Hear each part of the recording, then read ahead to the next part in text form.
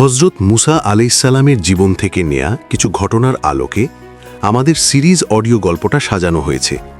এক ভবিষ্যৎবাণীর শুরু। পর্ব ১, স্বপ্ন যা এক রাজাকে কাঁপিয়ে দিয়েছিল। রাত, গভীর নিঃশব্দ ভারী এক রাত। মিশরের আকাশে যেন অদ্ভুত এক চাপা অশুভ নেমে এসেছে। হঠাৎ একটা চিৎকার। মিশরের সর্বশক্তিমান শাসক ফেরাউন হঠাৎ ঘুম থেকে উঠে বসে পড়ল। তার বুক দ্রুত ওঠানামা করছে, কপাল ঘামে ভিজে গেছে, চোখে ভয়। হ্যাঁ, সেই মানুষটার চোখে ভয় যে নিজেকে ঈশ্বর বলে দাবি করত।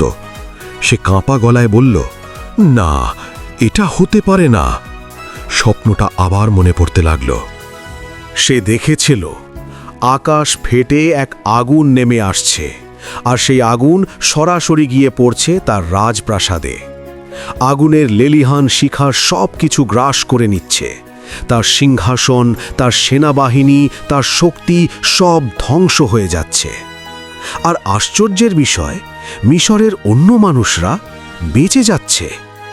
সকালের আলো উঠতেই রাজপ্রাসাদে ডাকা হলো জ্যোতিষী, পুরোহিত, স্বপ্ন বিশ্লেষকদের। সবাই মাথা নিচু করে দাঁড়িয়ে, কারণ তারা জানে একটা ভুল কথা মানেই মৃত্যু। ফেরাউন গর্জে উঠল, এই স্বপ্নের মানে কি? একজন বৃদ্ধ জ্যোতিষী কাঁপতে কাঁপতে এগিয়ে এলো। সে বলল, হে রাজা, এই স্বপ্ন সাধারণ কিছু নয়। এই দেশের মধ্যেই জন্ম নেবে এক ছেলে শিশু, যে আপনার রাজত্ব ধ্বংস করবে। তার মুখে ধীরে ধীরে এক ভয়ঙ্কর হাসি ফুটে উঠল। তাহলে সে জন্ম নেওয়ার আগেই তাকে শেষ করে দাও। তার কণ্ঠ ঠান্ডা কিন্তু ভয়ঙ্কর। আজ থেকে এই দেশে জন্ম নেওয়া প্রতিটি ছেলে শিশুকে হত্যা করা হবে। সৈন্যরা মাথা নিচু করে আদেশ মেনে নিল। আর সেই দিন থেকেই মিশরের প্রতিটি ঘরে শুরু হলো কান্না। মায়ের বুক থেকে কেড়ে নেওয়া হচ্ছে তার সন্তান, নির্দয়ভাবে, নির্মমভাবে। কিন্তু ফেরাউন জানত না, তার এই নিষ্ঠুর আদেশই তার পতনের শুরু লিখে দিচ্ছে। কারণ যে শিশুকে সে খুঁজছে, সে ইতিমধ্যেই এই পৃথিবীতে আসার প্রস্তুতি নিচ্ছে। এক মা, একটি নবজাতক, আর এক ভয়ঙ্কর সিদ্ধান্ত। রাত, নিস্তব্ধ, ভারী এক রাত। মিশরের এক সাধারণ ঘর, কিন্তু আজ সেই ঘরের ভেতর লুকিয়ে আছে ভয়। বাইরে সৈন্যদের পায়ের শব্দ, ভেতরে এক মা তার নবজাতক শিশুকে বুকে জড়িয়ে ধরে কাঁদছে।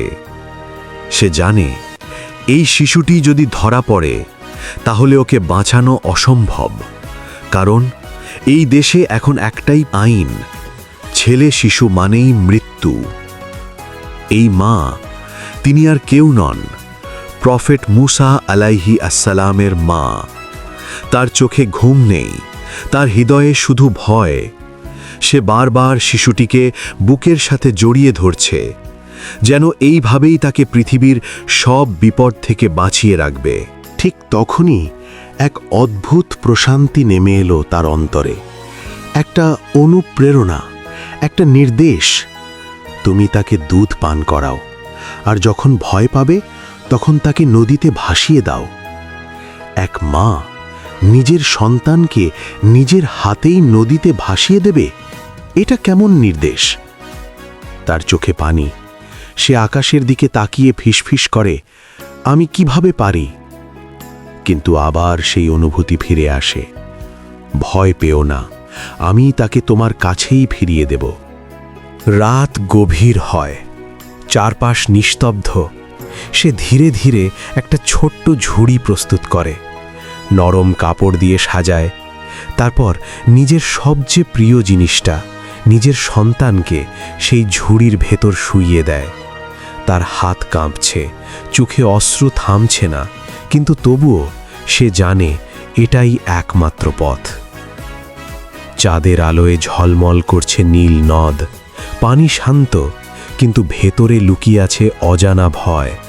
মা ধীরে ধীরে ঝুড়িটা পানিতে নামিয়ে দিল। ঝুড়িটা ভেসে যেতে লাগল, আর মা স্থির হয়ে দাঁড়িয়ে রইল। তার বুক ফেটে যাচ্ছে, কিন্তু সে চিৎকার করছে না, কারণ সে বিশ্বাস করেছে আল্লাহ সহায় আছেন। তিনি ঠিকই তার সন্তানকে হেফাজত করবেন। দূর থেকে একটি ছোট মেয়ে সব দেখছিল। সে হলো শিশুটির বোন। সে ধীরে ধীরে নদীর ধারে হাঁটতে লাগল, ঝুড়ি তার পেছনে। চোখে সতর্কতা, মনে ভয়। নদীর স্রোত ধীরে ধীরে ঝুড়িটাকে নিয়ে যাচ্ছে এক অজানা গন্তব্যে, এক রাজপ্রাসাদের দিকে। একটি শিশু, একটি নদী, আর এক অদৃশ্য পরিকল্পনা। পরবর্তী পর্বে শত্রুর ঘরেই আশ্রয়। পরবর্তী পর্ব, পর্ব ৩, ফেরাউনের প্রাসাদে এক অচেনা আগমন।